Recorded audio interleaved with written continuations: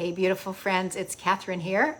I've been waiting to do this live for a little while today. We had some crazy storms blowing through here. We had actually had a tornado watch. It didn't quite get that intense, but it got pretty dark and windy and some hard rain and thundering and lightning there for a while. So anyway, it's quiet now. The sun is out. It's that beautiful sort of calm after the storm. And I wanted to share something. It feels really vulnerable to me. An experience that some of you may have seen, and my revelations about it. So as you may know, after taking some time off and just kind of letting my system settle, I was drawn to join a coaching group with Darla Ledoux called Sourced Business Magic. And I was made aware of it through an online quiz that Darla has called, what's your magic or something like that. And sorry, a text message just came through. My little ADHD brain just went. Anyway, I really enjoyed Darla's quiz. I loved the reports that came after, and I actually did the quiz several times because I felt like on any given day, depending on where my energy was, that I could answer it differently. And it turns out of the 6 different types of magic that Darla talks about in her book, Shift the Field, there are 3 that I resonate pretty strongly with. And it's not unusual for people to be multi-magical. So you may have seen, maybe it was a week and a half ago now, that I jumped on a Facebook Live with 2 of my beautiful friends in the group, and we were just it was actually an assignment where we were invited to just come together. We didn't know each other, create something to go live with, and share it with the world. So that was the plan, and we did that. And there were lessons along the way because we all have different magic, right? Annette has a very expansive magic. I thought I moved and talked quickly, but when she is feeling it, she really just is. It's kind of like popcorn style, the way her ideas can come through very quick. And then Jaslini has more, I think, recognition, and I think she said sensation magic, where she's an artist, and she also does like design and copy and marketing kinds of things. So she can see, imagine things in her mind. And she's also a painter, and she does beautiful artwork and other kinds of creative expression. And then myself, who the first magic that showed up for me when I did the quiz was compassion magic, which no big surprise. I mean, my work and my business is all about the heart, right? And then the second time I did it, it came out as expression, which again, as much as I love to share and be engaged in uplifting conversation and, express myself, that wasn't a big surprise. And then also the recognition magic for me, not so much that I can see like patterns and the way things are going to unfold in the future, but I have an uncanny ability to recognize patterns in what people have told me over time and pull them together into something that makes sense when I'm trying to, describe or explain a pattern in their life that may be holding them back. So that's just a little bit about the magic part so that you kind of know what that means. And sourced business magic really means learning to operate from our highest alignment, our highest connection with source, with spirit, creator, goddess, God, consciousness, whatever word you might use. If it's not source, you know what I mean, right? When we're tapped in and information is flowing. And when that's happening, usually we're in our magic and it's just kind of doing its thing, right? We're not caught up in our head. We're not overthinking it. We're not overanalyzing it. We're really just in the flow, in the vibe, right? And so that's what sourced means. So one of the things that Darla and her colleague, one of the coaches in her program, Ashley, who are co-running this program, are always inviting us to look at is when you did or said that thing or created that program or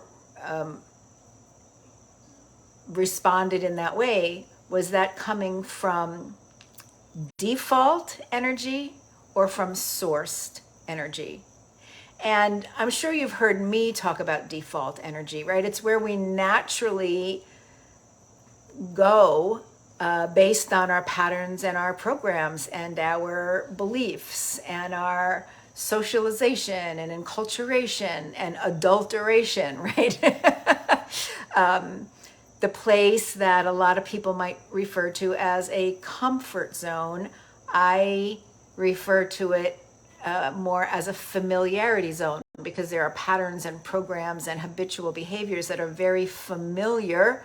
It's where we just go as our natural default. They may not be comfortable, however. That's a whole different thing. They may be keeping us in some really uncomfortable places, but in the moment, our mind is defaulting there because it thinks it's going to keep us safe from something, right? So these are all the protective patterns.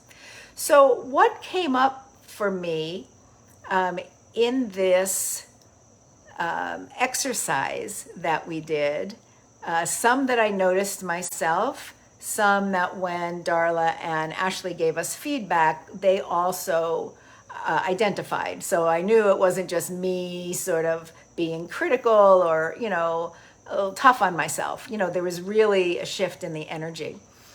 So without saying too much about it, my natural instinct, well, two things: to jump in and try to take over when things aren't working, and also sort of my tendency to protect or take care of, right? Which, obviously it has been a pattern for me my whole life. It's sort of part of even what I do in my work. But the problem is when we're protecting someone or something, we're usually coming out of fear. We think that they're going to get hurt, or we think that we're going to get hurt, or we think that something is going to go wrong. So it may be well-intended, but it's sort of coming from old, fearful, worry, concerned, default energy. So just before we went live, we were scheduled to go live as a threesome, a couple of things happened to, within the group. So one person had sort of two crises within, maybe the 12 or so hours. One was with a pet, and one was with someone she cared about, someone, within her sort of family system. Two things had happened that were challenging. And then we were having trouble getting on the Facebook Live because we were trying to do it from the event page, which apparently Facebook does not allow. So in my trying to protect the person who had just had these sort of two crises, I maybe overstepped my bounds, right? Because I didn't want her to have to exert too much energy. I didn't want her to really have to overdo it if she wasn't really feeling up to it. And then we had the issue with the getting on Facebook. So I sort of jumped in because I had a feeling that we couldn't go live from the event page, that was the problem. So I jumped over on my phone to my Facebook page and I got us set up there. And eventually the two other women were able to join me there. And then we sort of started, right? But we'd had this 15 minutes of awkward, oh, we're trying to get on, we're coming, don't worry, we'll be right with you, right? So I was already jumping into my masculine to save the day, get us on, make sure we didn't disappoint anybody. And then in the back of my mind, I was concerned about my, colleagues, just energy. And so what happened, I think, as a result was I dropped into my masculine, which is my, let me fix this, let me take care of this. Let me make this happen. Let me make sure people are getting what we promised. So, and for me, it comes out in talking faster. It comes out in maybe speaking over someone else or trying to fill moments of silence. I didn't want the woman who, had those couple of experiences to feel like she needed to participate more than she was comfortable with. And so I think I jumped in to when I sensed moments of silence to, quote, protect her. So, as it turns out, we did our thing. It was like 45 minutes long. And I think generally, we did a good job. We sort of played off of each other. But I definitely knew that my energy was not necessarily where I might have wanted it to be if things had gone as smoothly up front. So instead of being in my sourced energy and just allowing myself to flow, which I partly was doing, but there was another part of me that was, operating out of this default energy.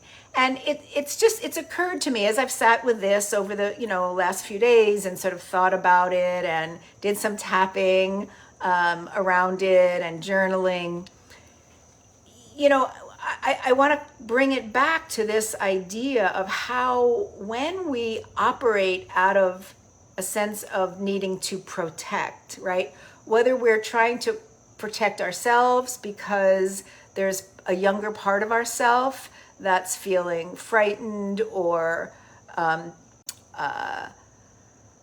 worried or insecure or lonely or disappointed or hurt, right? Some younger aspect of us that is feeling some emotion that feels uncomfortable or threatening. Our ego mind, right, wants to take us into protection mode to kind of shut it down and then just kind of move through, right?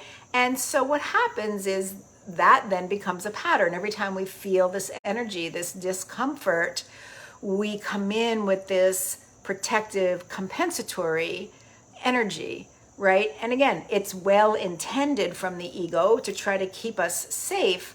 But what happens is we often just get into a pattern of using it when it isn't even necessary or appropriate, right? We just feel this energy in our field and then we react, right? We get triggered, we react in a certain way.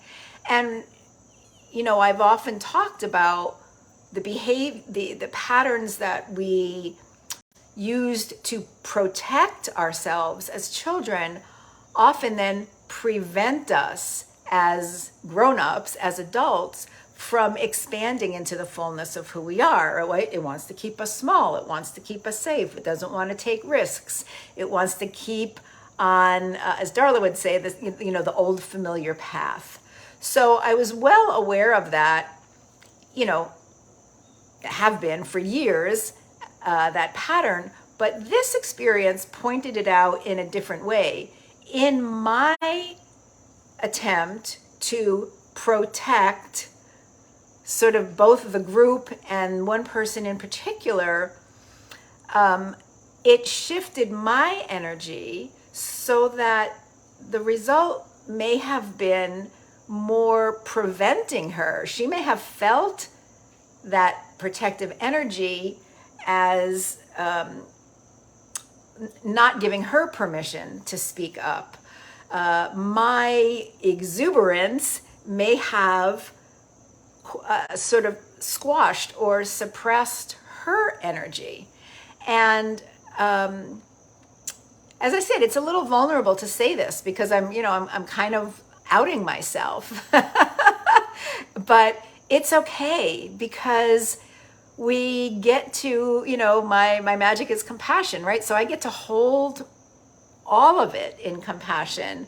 The experiences of my colleagues, the difficulties with the technology, and even my own somewhat default behavior when I felt like I was doing something helpful, but may in fact have not been helpful, may actually have been, I don't want to say repressive, but may not have allowed someone else to step fully into their sourced energy. So I hope that makes sense. Just remembering that when we get triggered, when we go into our old default energy, our old default programming that we created to protect ourselves as kids, it often then prevents us from doing the thing, being the person, taking the risk, being courageous, the things we want to do as adults. So I'll leave you with that today, with just the question in your own mind as you go through, the rest of today and into the weekend, just checking in with yourself. Am I coming from default energy or am I coming from sourced energy? So I will leave you there. Have a beautiful weekend, my friends. Bye now.